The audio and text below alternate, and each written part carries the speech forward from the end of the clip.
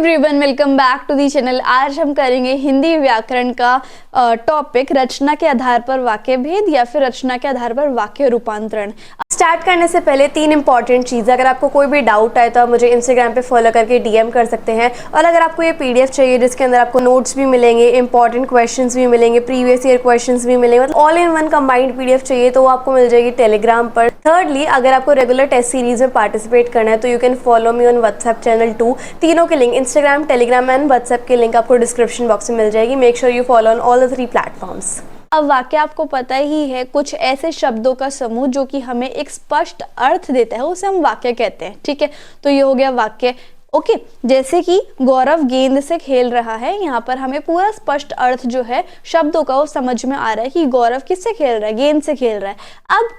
अब रचना के आधार पर वाक्य के कितने भेद हैं? 3 भेद हैं, सरल या फिर साधारण वाक्य, संयुक्त वाक्य और मिश्र वाक्य। इन तीनों की इजी से एक्सप्लेनेशन मैं आपको बताती हूँ। सबसे पहले आते हैं सरल वाक्य पे। इसमें क्या होता है, एक उद्देश्य होता है। इंग्लिश में सब्जेक्ट एंड प्रेडिकेट पढ़े हैं ना, वही है। एक सब्जेक्ट होता है यानी कि जिसके बारे में हम बात कर रहे होते हैं, एक प्रेडिकेट हो रहा होता है, एक प्रेडिकेट होता है, एक विधेय होता है। प्रेडिकेट क्या होता है कि जिसके बारे में बात चल रही है उसके बारे में क्या बात चल रही है, ठीक है, उसे हम प्रेडिकेट कहते हैं। और एक होती है वर्ब, एक होती है मुख्य क्रिया। जैसे मोहन जा रहा है, अब यहाँ पर देखो मोहन के बारे में बात हो रही है तो ये सब्जेक्ट है। क्या बात हो रही है कि वो जा रहा है तो ये प्रेडिकेट है। और एक क्रिया है यानी कि जा, तो एक प्रेडिकेट, एक सब्जेक्ट और एक वर्ब, जिसमें वो कौन सा होता है, सरल वाक्य या फिर साधारण वाक्य।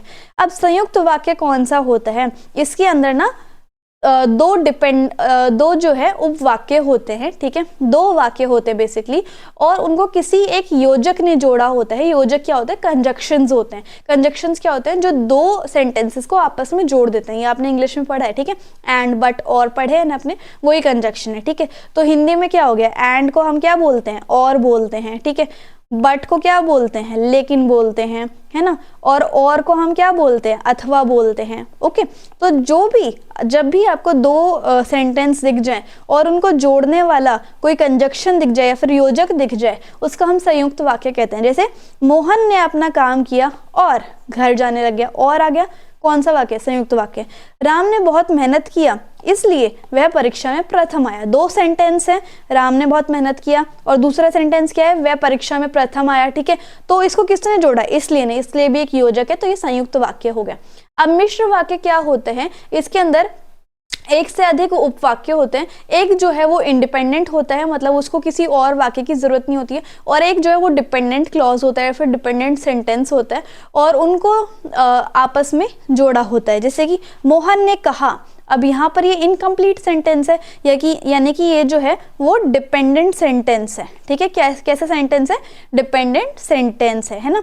अब उसमें किसने जोड़ा हुआ है, की ने जोड़ा हुआ है, वह बाजार जाएगा, और ये जो वह बाजार जाएगा वो हमें इसका मतलब समझ में आ रहा है, तो ये इंडिपेंडेंट सेंटेंस है। कौन सा सेंटेंस है, इंडिपेंडेंट सेंटेंस। तो देखो इसके अंदर एक डिपेंडेंट सेंटेंस होता है और एक इंडिपेंडेंट सेंटेंस होता है, और बीच में जोड़ा होता है कुछ वर्ड्स ने। वह तो जाएगा, ये डिपेंडेंट है, पर मैं नहीं जाऊंगा, ये इंडिपेंडेंट है। तो इसके अंदर डिपेंडेंट और इंडिपेंडेंट आपको वाक्य देखने होते हैं। ठीक है, जिन वाक्यों की रचना से एक से अधिक उपवाक्यों से हुई हो और उसमें एक प्रधान और दूसरा वाक्य आश्रित हो, कि एक जो है आश्रित वाक्य हो और एक जो है वो प्रधान वाक्य हो, उसे जो है मिश्र वाक्य कहते हैं। ठीक है, अब इसमें देखो वाक्य का रूपांतरण हम कैसे करेंगे।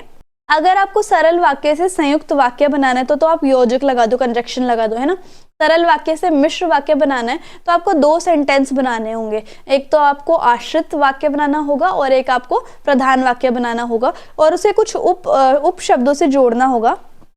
जैसे चूंकि, जब, जो, यदि, जिसने, जहां, जैसे, ऐसा।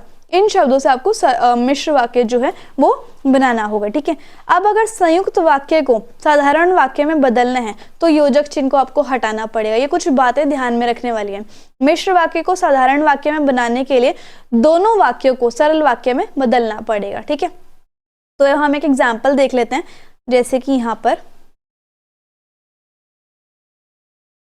आई होप आपको दिख रहा होगा। जैसे सरल वाक्य है, राधा नाचती गाती है, तो यहाँ पर हमें योजक लगाना, अगर हमें संयुक्त वाक्य में बदलना है तो राधा नाचती और गाती है, योजक जो है एंड बट और याद रख लेना, राधा एंड मतलब और, ठीक है। तो राधा नाचती और गाती है बन गया संयुक्त वाक्य। और इसी का अगर हमें मिश्र वाक्य बनाना हो तो हमें 2 सेंटेंस बनाने पड़ेंगे, ठीक है। अब देखो मिश्र वाक्य इन्होंने कैसे बनाया हुआ है। एक हमें सबसे पहले आश्रित और एक जो प्रधान वाक्य बनाना होगा। जैसे कि जो नाचती गाती है वह राधा है, ये जो है वो इंडिपेंडेंट क्लॉज हो गया और ये जो है वो डिपेंडेंट क्लॉज हो गया। तो यहाँ पर जो है और इसमें जो भी लग गया तो ये मिश्र वाक्य बन गया।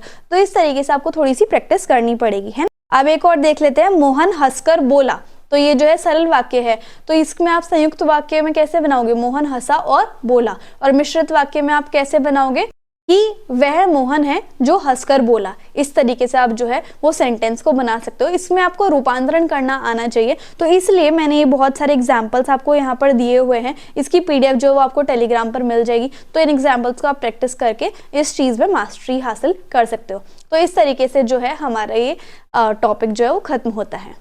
सो आई होप आपको वीडियो और एक्सप्लेनेशन बहुत अच्छी लगी होगी। So if you like the video and the explanation then please like, share, comment and subscribe the channel. Also follow on all the platforms. Thank you so much.